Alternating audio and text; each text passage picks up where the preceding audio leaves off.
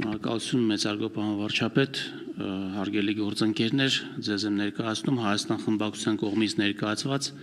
Հայաստանի Հանրապետության հարկային օրենսգրքում փոփոխություն կատարելու մասին օրենքի նախագծի վերաբերյալ կառավարության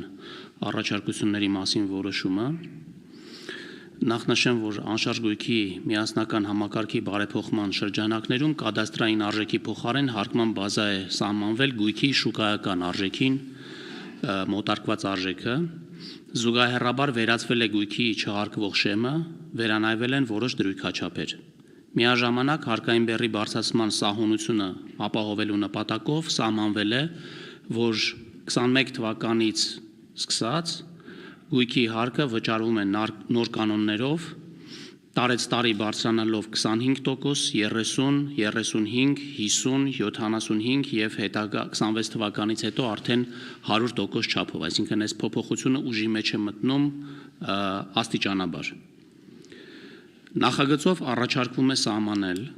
որ հարկային օրենսգրքով սահմանված 25 թվականի համար 75% չափով և 26 թվականի տարվա և հետագա տարիների համար 100%-ի չափով անշարժ գույքի հարկի հաշվարկման չափերը կիրառվում են միայն 200 միլիոն դրամից ավելի հարկման բազա ունեցող անշարժ գույքի մասով։ Երկրորդը, մինչև 200 միլիոն դրամ հարկման բազա ունեցող անշարժ գույքերի մասով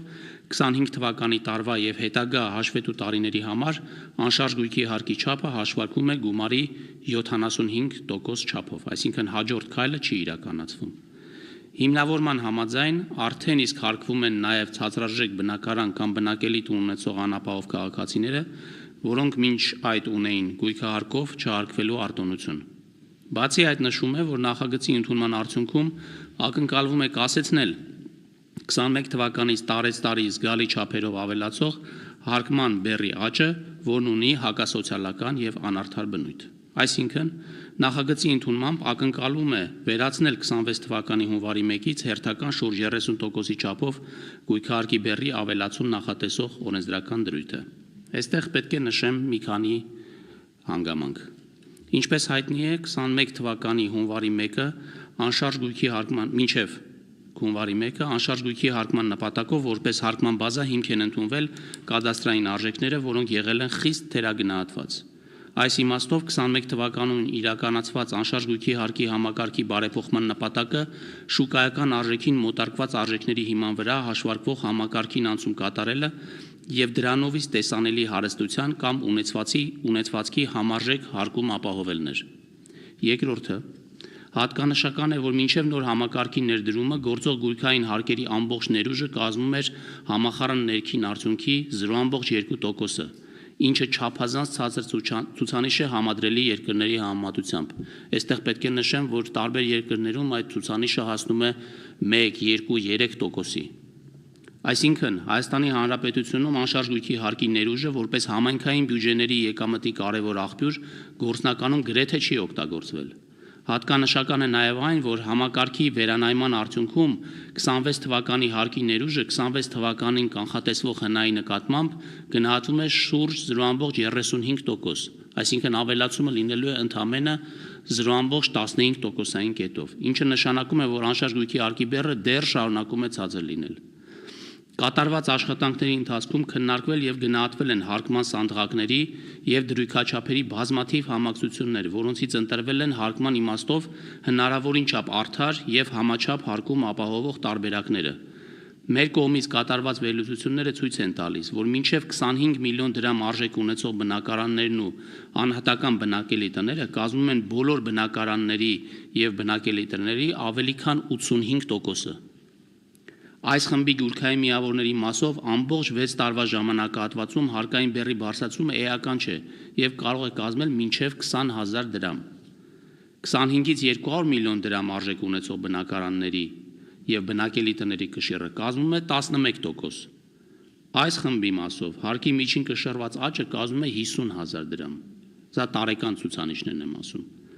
Հատկանշական է այն, որ մինչև 25 թվականի ներառյալ այդ աճերի 75%-ն արդեն իրականացված է լինելու, հետևաբար նախագծի ընդունումը շատ փոքր ազդեցություն կարող ունենալ հարկային բեռի վրա։ Անշարժ գույքի հարկը սեփականության հարկ է, եւ այդ հարկի գծով պարտավորությունների չափ ուղղակի պետք է կախված լինի գույքի արժեքից։ Այսինքն, որպես հարկատեսակ դրա մեծությունը չպետք է կախված լինի գույքի սեփականատիրոջ սոցիալական կամ այլ կարգավիճակից։ Առաջարկությունը հակադրվում է նաև վերջին տարիներին իրականացվող հարկային քաղաքականությունը,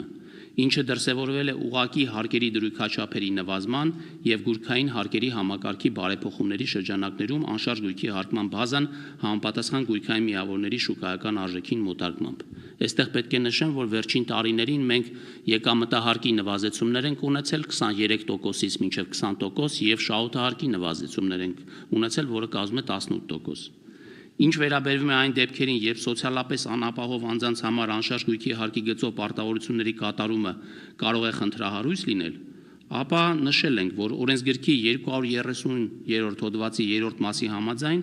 համայնքի ավականին համայնքի ղեկավարի ներկայացման եւ համայնքի ավականու սահմանված կարգով կարող է սահմանել անշարժ գույքի հարկի գծով արտոնություններ եւ դրանց մասով կայացնել հարկ վճարողի փոխարեն համայնքի բյուջեից վճարում կատարելու որոշումներ։ Այսինքն հարկային օրենսդրությամբ սահմանված են անպատասխան կարգավորումներ ըստ անհրաժեշտության համայնքների կողմից հարկի գծով արտոնություններ սահմանելու համար։ Հաշվի առնելով ասվածը, հայտնում ենք, որ նախագիծը ընդունելի չի։